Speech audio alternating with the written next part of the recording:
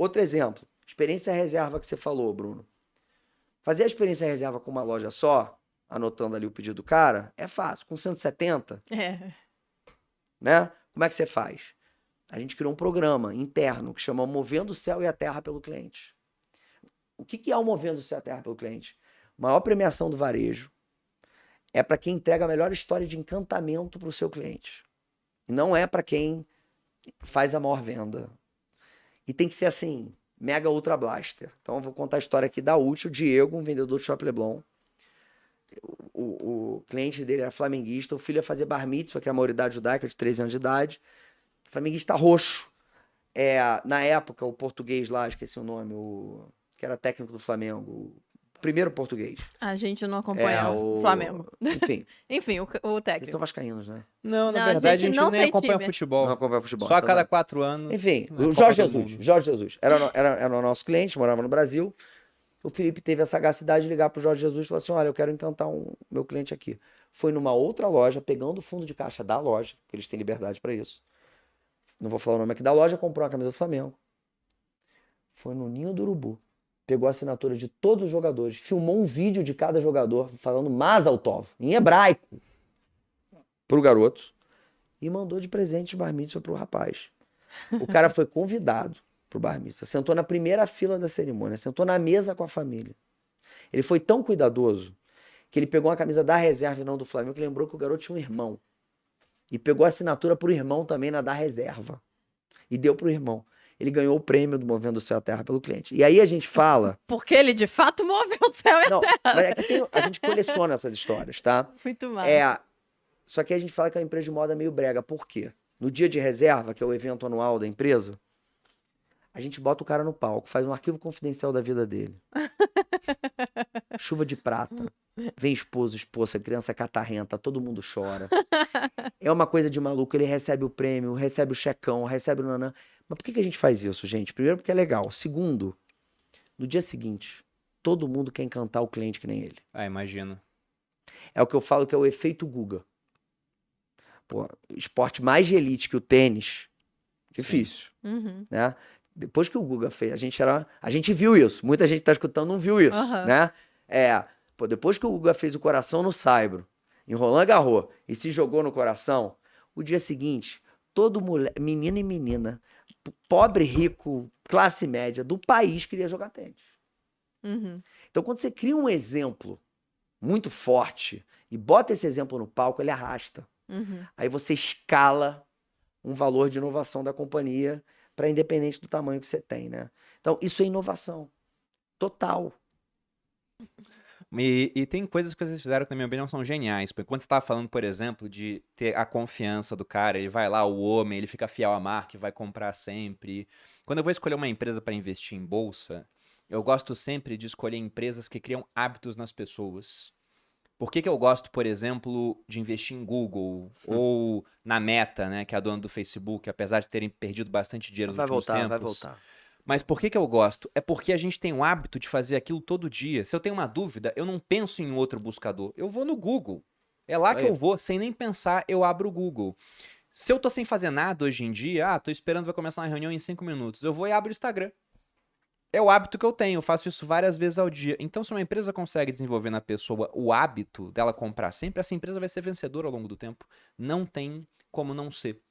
Agora, já pegando o ponto 100%. da pandemia. Você falou, olha, 2019 a gente tinha mais de 300 milhões de faturamento, agora estamos quase 4 vezes maiores, mas em 2020 acabou caindo um pouco. Como é que foi esse desafio? Porque eu fico imaginando, eu dava esse exemplo, inclusive, de como um negócio digital é muito bom, porque até a Malu abrir a empresa dela de roupa, a gente vendia um login e uma senha. Não tem estoque. E é tão mais fácil. É muito mais fácil. Na pandemia, a gente nadou de braçada, assim. Muito operacional, varejo. Pois é, porque eu até falei pro pessoal, cara, o nosso resultado tá muito bom, porque a gente descobriu que a viagem pra França era a nossa competidora, que comprar roupa era a nossa competidora, que o cara agora não vai viajar, não vai sair de casa, tá com um tempão sobrando, ele quer fazer um curso, ele tá comprando. Tanto que os nossos amigos todos digital tiveram recorde em 2020 e 2021. Total. Mas eu ficava imaginando a situação do pessoal que tinha um estoque, primavera-verão, os shoppings todos fechados, do nada, um ponto de venda caro, Aí, de repente, quando vai reabrir, tá chegando a coleção outono e inverno, na primavera, verão ocupa estoque. Estoque é espaço, espaço tem custo. Total. Como é que foi esse desafio? Cara, eu acho que o desafio, o lado, primeiro assim, primeiro, vamos lá, vamos falar de família, porque sempre começa na família, né? No dia 17 de março de 2020, a gente decide fechar, né? A gente faz uma reunião com 40 pessoas sem máscara numa sala, o nível de noção que a gente tinha do problema, né? Para decidir fechar todas as lojas, porque entendemos que tínhamos um problema, né? E aí a gente fecha todas as nossas lojas, fecha o escritório, e é o único facility que fica aberto é a distribuição, porque era a internet, era a única que precisava funcionar. Pô, quintuplicar regras de sanitárias, né? Pra galera que tava lá, criamos condução, para não precisar pegar condução pública, criamos uma infraestrutura. E aí, a primeira coisa que a gente fez foi isso. Mas uma coisa ficou muito marcada na minha cabeça. No dia seguinte, no dia 18 de março de 2020, eu sento para tomar café da manhã com a minha esposa, com a Anne, que é varejista também. Ela tem uma loja de imóveis, a loja de imóveis de design mais legal do Rio, chama Elisé Studio. E ela olha pra minha cara no café da manhã e me faz a pergunta que eu acho que quase todos os casais devem ter se feito no dia seguinte dessa decisão. Amor, nós vamos quebrar? Né? E aí eu respondi pra ela e a gente acabou, depois de eu ter... Foi só a resposta, depois de ter uma conversa longa e a gente acabou chorando, se abraçando lá e tal. Eu falei, primeiro, nem fudendo. Segundo, os nossos avós, eu não contei isso pra vocês, os meus avós, eu falei do meu avô, não falei da minha avó. Meu avô conheceu minha avó dentro do navio, vindo da Itália pro Brasil. E eles fizeram um casal de amigos dentro desse navio. Os avós da Anne. Caramba, que Nossa! legal. Tá? Meu Deus. Se eles sobreviveram àquilo, isso aqui não é nada. O exemplo que a gente tem em casa, o exemplo que a gente tem na nossa família, isso aqui não é nada. Eu não sei como, eu não sei o quê, eu não sei com quem. Eu só sei que a gente vai sobreviver. E se não sobreviver, vai ser com a jugular agarrada na artéria de alguém, na horta de alguém. Porque não vamos largar, né? E aí, depois dessa conversa, eu acho que foi um ponto de inflexão para mim e para ela muito importante, não só para os nossos negócios, mas para a nossa família também, né? O meu filho do meio teve Covid muito cedo, então a gente, enfim, como é que trata isso? Não tinha ajuda, assim, enfim. A gente tomou um conjunto de decisões importantes e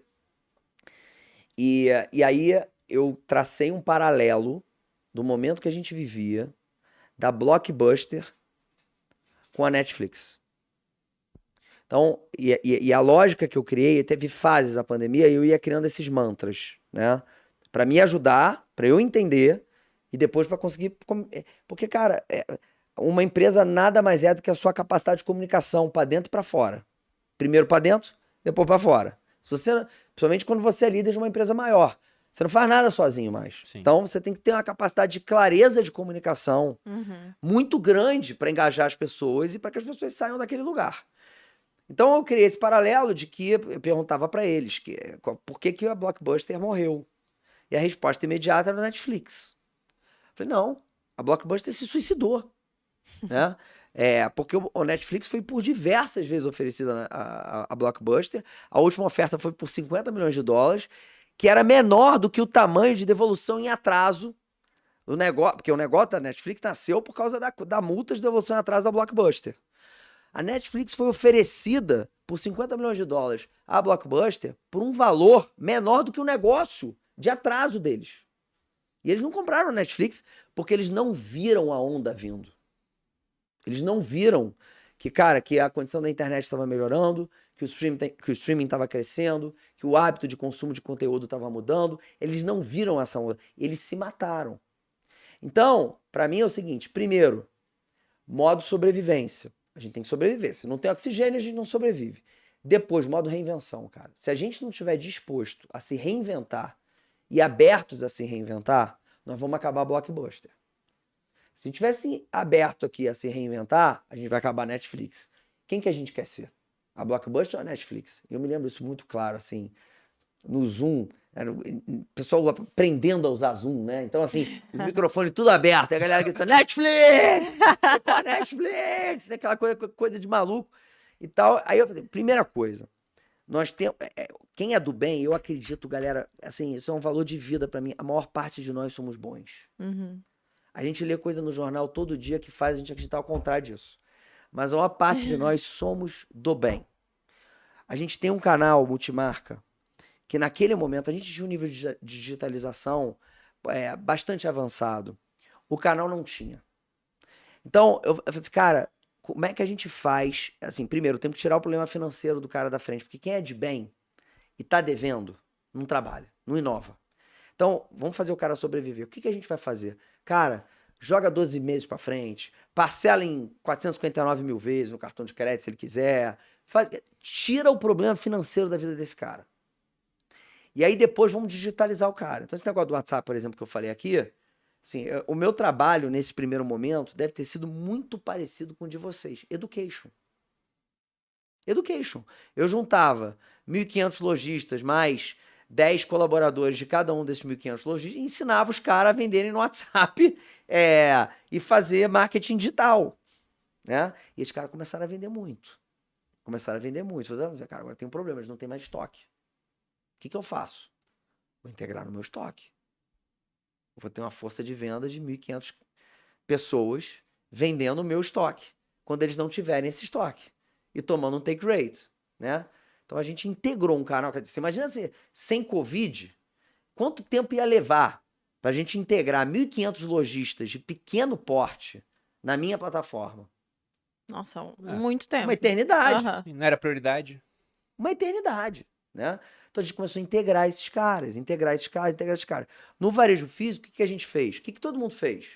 Falou assim, cara, olha, você tem o mínimo garantido, tá? De casa, ou manda embora metade e o resto ficou mínimo garantido. O que a gente fez? Não vou mandar embora ninguém. Calamidade pública. Porque qual era a minha... Aí vem o valor, gente, assim, né? Eu fico pensando, cara, num determinado momento da pandemia, antes do término da primeira onda e tal, cara, num determinado momento da pandemia, o cara, se ele fosse mandado embora, ele não tinha o que fazer. Uhum. Ele vai mandar currículo pra quem? Certo? Eu não tinha o que fazer. Eu ficava imaginando, eu na minha casa, sendo demitido por Zoom, levantando do computador, olhando pros meus filhos, no meio de uma pandemia. Cara, eu não tenho, assim, eu não sou capaz de fazer isso. Então, se eu não sou capaz de fazer isso, pra eu não quebrar, eu vou ter que tirar mais dessas pessoas, né? Então, eu vou ter que fazer um acordo com elas. Então, qual foi o acordo que eu fiz? Falei assim, olha, todo mundo tá em casa, e aí o mercado colocou mínimo garantido em carteira, né? Varejo assim, você tem o mínimo garantido em carteira ou percentual. É o que for maior. Então, eu falei assim, acabou o percentual, é mínimo garantido em carteira, tá aí um cupom pra você vender.